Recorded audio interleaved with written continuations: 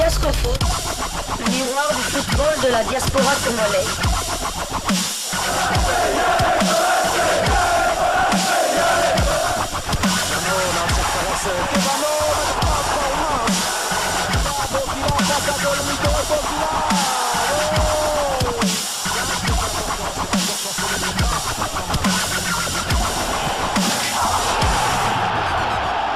Diascofoot, le miroir du football de la diaspora congolaise.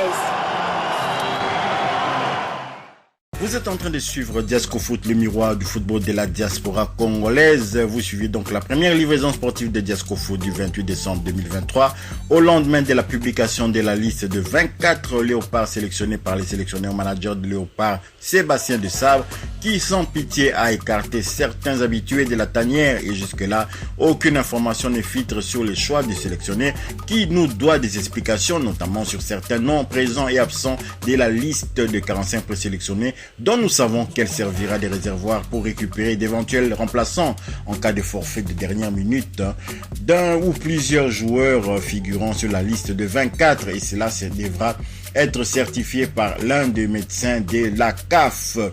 Donc voilà, progressivement, certaines sélections emboîtent les pas à Sébastien de Sabre, dont la publication de la liste de 27 joueurs, sans attendre la date butoir du 3 janvier 2024 fixée par la CAF pour déposer au plus tard leur liste. Donc voilà, il y a des sélectionneurs qui emboîtent également les pas à Sébastien de Sabre, et donc ils publient aussi leur liste de 27, notamment le sélectionneur marocain. Donc voici la liste de Walid Regragui, sélectionneur des Lions de l'Atlas. Alors, dans la liste du Maroc concoctée par le coach Walid Regragui, nous avons 3 gardiens.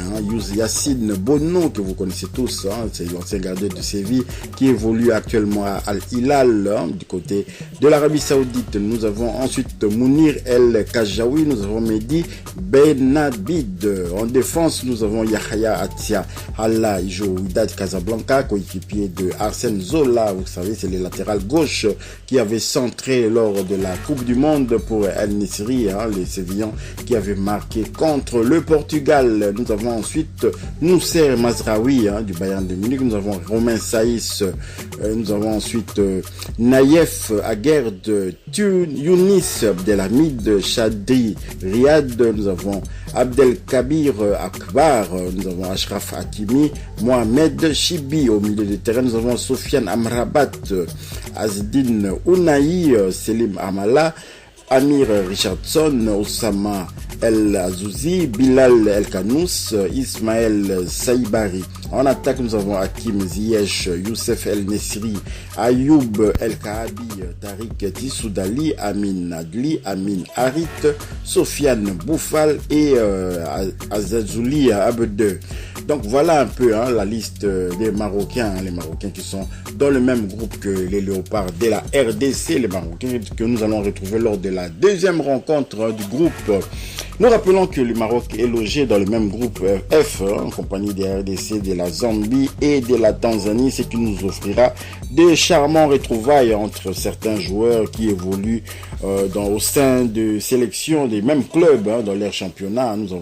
On aura des Congolais qui vont se frotter aux Marocains, mais pas seulement. Nous avons par exemple Mohamed Chibi, défenseur marocain, Mohamed Chibi, qui évolue avec Fiston Mayele Kalala aux Pyramides d'Égypte. Nous avons Azedine Ounaï et Amin Harit qui jouent avec Chancel Mbemba à l'Olympique de Marseille. Nous avons Bilal El Kanous qui joue du côté du KRC Genk avec Joris Kayembe. Nous avons Hakim Ziyech qui est coéquipier de Cédric Bakambu Bakagol au sein de Galatasaray d'Istanbul. Il y en a d'autres, évidemment. Vous savez bien que au sein de la tanière de Léopard, dans les Léopards, parmi nos défenseurs, nous avons Inonga Baka, Inonga Baka qui joue au Simba SC de Tanzanie. Et bien évidemment, il va faire face à ses coéquipiers, certains de ses coéquipiers de cette formation de Simba SC de Tanzanie. Donc voilà, il y aura des charmants retrouvailles. Il y a aussi Fiston Mayele qui va retrouver des anciens coéquipiers de Young Africans de la Tanzanie toujours. Donc voilà,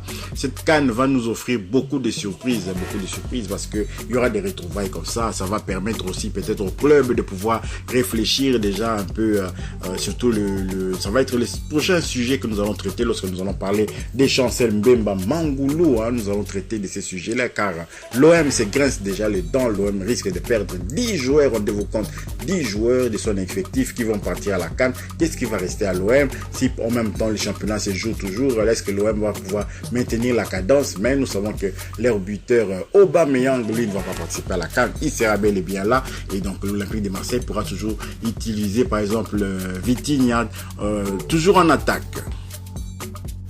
Terminons cette première livraison sportive de Diasco Foot du 28 décembre 2023 par une information aussi les codes de nos adversaires. On a parlé de la liste du Maroc, maintenant nous allons parler un peu de la Tanzanie qui avait commencé sa préparation hier au cours d'un match amical contre justement les voisins des Zanzibar, parce que la Tanzanie et les Zanzibar c'est vraiment ils sont presque même moral, ils sont presque ensemble. Donc voilà, il y a même des joueurs d'origine du Zanzibar qui jouent en équipe nationale des Tanzanie. Donc voilà, la Tanzanie adversaire de la RDC dans le groupe F, tenue en échec lors de sa première rencontre amicale, donc tenue en échec par le Zanzibar. La Tanzanie a été tenue en échec 0 but partout le mercredi dernier, donc hier le 27 décembre, en match amical international joué à Aman Stadium des Zanzibar pour sa première rencontre amicale de préparation de sa participation à la Coupe d'Afrique des Nations Côte d'Ivoire 2023 qui aura lieu du 13 janvier au 11 février 2024 en Côte d'Ivoire. Les Taifa Stars de la Tanzanie, se trouvant dans le même groupe que les Léopards de la République démocratique du Congo, ont fait match nul de 0 but partout contre les jaunes et noirs des Zanzibar. Donc voilà, le poulain du sélectionneur de la Tanzanie, Adel Amrouche, quelqu'un que nous connaissons très bien. Adel Amrouche, c'est un ancien entraîneur déjà en Belgique. Il était entraîneur remplaçant au sein du FC Brussels, les Racing White Dering de Molenbeek, également aussi à l'Union Saint-Gilloise. Adel Amrouche, nous le connaissons aussi à Kinshasa. Il était coach du Dering Club Motema Pembe pendant 2 saisons, également en 2003 et puis l'autre saison encore un peu plus tôt. Il était un des entraîneurs du Dering Club Motema Pembe. On le connaissait aussi, sélectionneur du Burundi. Souvenez-vous du match où la RDC avait dû ramer du côté de Bujumbura. On avait joué contre le Burundi, on avait arraché une victoire de 3 buts à 2 avec des buts notamment de Moubele. Puis au match retour à Kinshasa également aussi, on s'était imposé. Mais il y avait eu un autogol de Dieu merci Mbokani sur corner. Dieu merci Mbokani était parti pour aider la défense, mais finalement il avait égalisé pour le Burundi. Donc voilà, Adel Amrouche était le sélectionneur de l'époque du Burundi. Les poulains donc du sélectionneur Adel Amrouche au total ont répondu à son appel. 25 joueurs ont répondu à son appel pour cette première phase de préparation de l'équipe tanzanienne en vue de la participation à la CAN 2023. Donc voilà, rappelons que les Taifa Stars de la Tanzanie joueront contre le Léopard de la RDC le 24 janvier 2024 pour le compte de la 3e et 4e journée du groupe F. Le match va se dérouler du côté de Korogbo.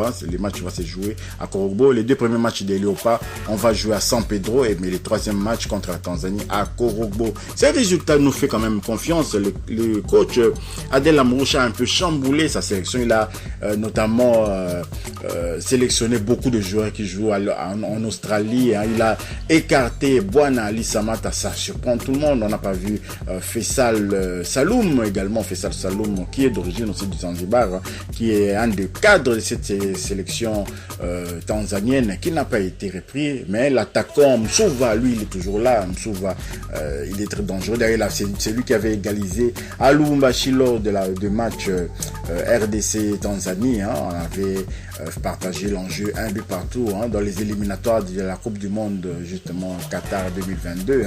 1 but partout à Lubumbashi et c'est Msouva qui avait égalisé avant que au match retour en Tanzanie, la RDC puisse s'imposer 3 buts à 0. Souvenez-vous de cela. Si vous avez aimé ce numéro de Diasco Foot où nous avons parlé essentiellement de la liste notamment du Maroc et puis les échos aussi de la Tanzanie. Donc merci de pouvoir continuer à faire confiance à Diasco Foot, le miroir du football de la diaspora congolaise. Merci également aussi de commenter, de vous abonner pour ceux qui ne sont pas encore abonnés, d'activer la petite cloche de notification notification qui vous permettra de ne pas manquer les prochains numéros de Diasco Foot, parce qu'il y a un numéro de Diasco Foot spécial Chancel Mbemba, les demi-dieux, qui a été honoré quand même par les supporters, par tout un stade du côté de Anderlecht, son ancien club. Et donc nous allons partager cela avec vous lors de notre deuxième livraison sportive de Diasco Foot.